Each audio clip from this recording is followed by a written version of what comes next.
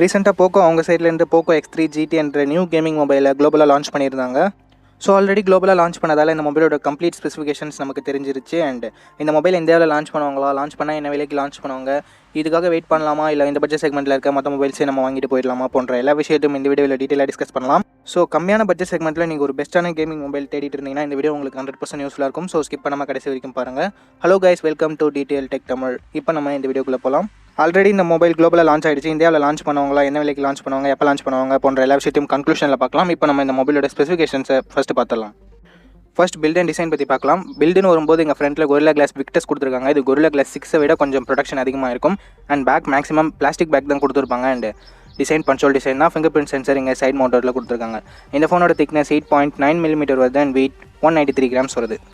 Okay, பில்டுன்னு வரும்போது Gorilla class விக்டர்ஸை இந்த பட்ஜெட் செக்மெண்ட்லேயே எடுத்துகிட்டு வந்தது ஒரு பாராட்டத்தக்க விஷயமாக தான் இருக்குது. இப்போ நம்ம டிஸ்பிளே பற்றி பார்க்கலாம். டிஸ்பிளேன்னு வரும்போது இங்கே 6.6 inches Full HD + டிஸ்பிளே தராங்க. IPS LCD பேனல் தான், பட் ரெஃப்ரெஷ் ரேட்டிங்காக 120 Hz கொடுத்துருக்காங்க. இந்த டிஸ்பிளே நமக்கு 20:9 ஆஸ்பெக்ட் ரேஷியோட தான் கொடுத்துருக்காங்க. அண்ட் பிக்சல் டென்சிட்டின்னு பார்க்கும்போது 399 pixel per inch கொடுத்துருக்காங்க. ஓகே, போக்கோ F3 GTல நமக்கு 120 Hz AMOLED இருந்தது, பட் இங்கே 120 Hz IPS LCD மட்டும் தான் கொடுத்துருக்காங்க. ஸோ அந்த வகையில் பார்க்கும்போது இங்கே ஒரு சின்ன டவுன் கிரேடாக தான் இருக்குது. ஓகே, இந்த பட்ஜெட்டுக்கு நம்ம அவ்வளோதான் எதிர்பார்க்க முடியும். இப்போ நம்ம கேமராஸ் பற்றி பார்க்கலாம். கேமராஸ்னு வரும்போது இங்கே 64 MP ட்ரிபிள் கேமரா செட்டப் தராங்க. 64 MP primary camera, 8 MP wide angle and 2 MP macro சென்சரை இன்க்ளூட் பண்ணுறாங்க. வீடியோ ரெக்கார்டிங்னு பொறுத்த வரைக்கும் 4K 30fps நம்மளால் ரியர் சைடில் இருக்க பிரைமரி கேமரா யூஸ் பண்ணி ஷூட் பண்ணிக்க முடியும். அண்ட் செல்ஃபி கேமரா இங்கே 16 MP கொடுத்துருக்காங்க. இது யூஸ் பண்ணி நம்மளால் 1080p வீடியோ 30fps ஷூட் பண்ணிக்க முடியும். இட்ஸ் ஓகே, கேமரா இந்த பட்ஜெட் செக்மெண்ட்டில் அதுவும் ஒரு கேமிங் மொபைலுக்கு எப்படி இருக்குமோ அந்த அளவுக்கு இருக்கும் அப்படின்னு நம்ம எதிர்பார்க்கலாம். அண்ட் இப்போ நம்ம ப்ராசஸர் பற்றி பார்த்துடலாம். ப்ராசஸர் பற்றி பார்க்கறதுக்கு முன்னாடி நீங்கள் இன்னும் நம்ம சேனலை சப்ஸ்கிரைப் பண்ணலாம், சப்ஸ்கிரைப் பண்ணிக்கோங்க. அண்ட் பக்கத்தில் இருக்க பெல் ஐக்கான் ப்ரெஸ் பண்ணி ஆல்னு கொடுத்துக்கோங்க. அப்படி பண்ணிங்கன்னா இந்த மாதிரியான வீடியோஸ் டெய்லி ஈவினிங் 4 o'clock நீங்கள் மிஸ் பண்ணாமல் பார்க்கலாம். நம்ம சேனலில் பார்க்குற வியூவர்ஸ் 90% சப்ஸ்கிரைப் பண்ணாமல் தான் பார்க்குறீங்க, 10% மட்டும் தான் சப்ஸ்கிரைப் பண்ணிட்டு பார்க்குறீங்க. ஸோ ப்ளீஸ் இது வரைக்கும் யாராவது சப்ஸ்கிரைப் பண்ணலாம், பிடிச்சிருந்தா சப்ஸ்கிரைப் பண்ணிக்கோங்க, எனக்கு கொஞ்சம் யூஸ்ஃபுல்லாக இருக்கும். இப்போ நம்ம ப்ராசஸர் பற்றி பார்க்கலாம். இங்கே MediaTek Dimensity 1100 ப்ராசஸர் கொடுத்துருக்காங்க. MediaTek Dimensity 1200 கம்பேர் பண்ணும்போது கொஞ்சம் டவுன் கிரேடான ப்ராசஸர் தான். அண்ட் GPUன்னு பார்க்கும்போது சேம் Mali G77 தான் கொடுத்துருக்காங்க. ஸோ GPU பர்ஃபார்மன்ஸ் பொறுத்த வரைக்கும் Dimensity 1200க்கு ஈக்குவலாக இருக்கும் அப்படின்னு நம்ம நம்பலாம். அண்ட் CPUவில் கொஞ்சம் டவுன் கிரேட் பண்ணியிருக்காங்க. பட் எந்தவித கம்பேரிசனும் பண்ணாமல் நார்மலாக பார்க்கும்போது இது ஒரு நல்ல ப்ராசஸர் தான். இந்த பட்ஜெட் செக்மெண்ட்லேயே ஒரு பெஸ்ட் ப்ராசஸர் அப்படின்னு கூட நம்ம சொல்லலாம். எந்தவித ஹெவி கேம்ஸுமே ஈஸியாக சப்போர்ட் பண்ணிடும். And day to day task பொறுத்த வரைக்கும் எக்ஸ்ட்ரானரியாகவே இருக்கும், மல்டி டாஸ்கிங்கும் நல்லாவே இருக்கும். ஸோ கேமர்ஸ்க்கு இது ஓகே அப்படின்னு சொல்லலாம். அண்ட் சாஃப்ட்வேர் பொறுத்த வரைக்கும் இங்கே Android 11 தான் லான்ச் பண்ணியிருக்காங்க. அண்ட் MIUI 12.5 பேஸ் பண்ணி ரன் ஆகிட்டு இருக்கு. ஓகே, இந்த பட்ஜெட் செக்மெண்ட்டில் பர்ஃபார்மன்ஸ் எந்த குறையும் சொல்கிற மாதிரி இல்லை, எக்ஸ்ட்ரா நிறையவே இருக்குது அப்படின்னு சொல்லலாம். இப்போ நம்ம பேட்டரி பற்றி பார்க்கலாம். பேட்டரின்னு வரும்போது இங்கே 5000 mAh பேட்டரி கொடுத்துருக்காங்க. சார்ஜிங் 67 watt ஃபாஸ்ட் சார்ஜர் வரைக்கும் சப்போர்ட் இருக்குது. அதை பாக்ஸ்லையும் இன்க்ளூட் பண்ணுறாங்க. ஸோ இது ஒரு நல்ல விஷயம் தான், 67 watt ஃபாஸ்ட் சார்ஜர் பாக்ஸில் இன்க்ளூட் பண்ணுறது. ஓகே, இப்போ நம்ம எக்ஸ்ட்ரா ஃபீச்சர்ஸ் பற்றி பார்த்துடலாம். இங்கே ஸ்டீரியோ ஸ்பீக்கர்ஸ் கொடுத்துருக்காங்க. பட் இங்கே 3.5 mm ஆடியோ ஜாக்கை மறுபடியும் போக்கோ இங்கே இன்க்ளூட் பண்ணலை. கேமிங் ஃபோக்கஸ்டாக ஒரு மொபைலை லான்ச் பண்ணிவிட்டு 3.5 mm ஆடியோ ஜாக் கொடுக்காதது ஒரு பெரிய நெகட்டிவாக தான் இருக்குது. அண்ட் ஏர் ட்ரிகர்ஸும் இங்கே நமக்கு இல்லை. மற்றபடி எக்ஸ்ட்ரா ஃபீச்சர்ஸ் சொல்கிறதுக்கு பெருசாக எதுவும் இல்லை. அண்ட் ஸ்டோரேஜ் அண்ட் ப்ரைசிங் பொறுத்த வரைக்கும் 8GB 128GB வேரியன்ட் நமக்கு குளோபலாக 260 யூரோக்கு லான்ச் பண்ணியிருந்தாங்க. அது அப்படியே இந்தியன் ப்ரைஸுக்கு கன்வெர்ட் பண்ணி பார்க்கும்போது 23,000 ரூபாய் வருது. பட் இந்தியாவிலும் இதே விலையில் லான்ச் ஆகுமா அப்படின்னு கேட்டிங்கன்னா ஃபர்ஸ்ட் இது லான்ச் ஆகிடுமா அப்படின்னு பார்த்துடலாம்.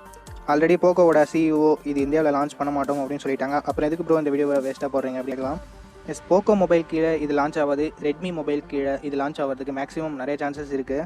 ஏன்னா போக்கோவும் ரெட்மியும் சப் பிராண்ட் அப்படின்னு சொல்லிட்டு அவங்களுக்குள்ளவே போட்டி போட்டுக்கிட்டு மாற்றி மொபைல்ஸ் லான்ச் பண்ணிட்டு தான் இருக்காங்க. அது உங்களுக்கும் தெரியும். ஸோ அந்த வகையில் 20,000 ரூபாய் பட்ஜெட் செக்மெண்ட்டில் ரெட்மி Note 10 Pro Max மட்டும் தான் இருக்குது. அண்ட் போக்கோ தரப்புலேருந்து போக்கோ X3 Pro இருக்குது.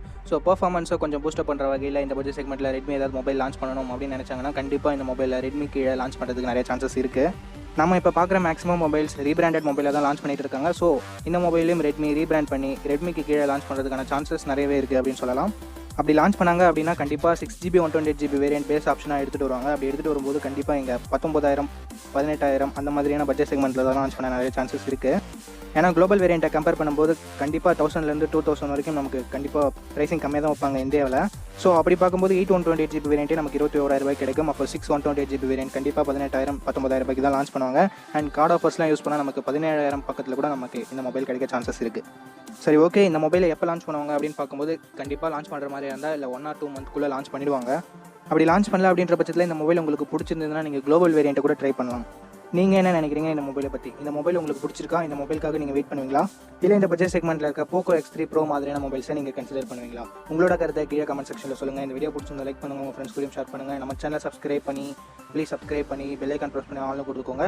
அப்படி பண்ணி நான் மாதிரியான வீடியோஸை டெய்லி ஈவினிங் 4 o'clock நீங்கள் மிஸ் பண்ணாமல் பார்க்கலாம். நெக்ஸ்ட் வீடியோவில் பார்ப்போம். Think positive, be positive. Thanks for வாட்சிங்.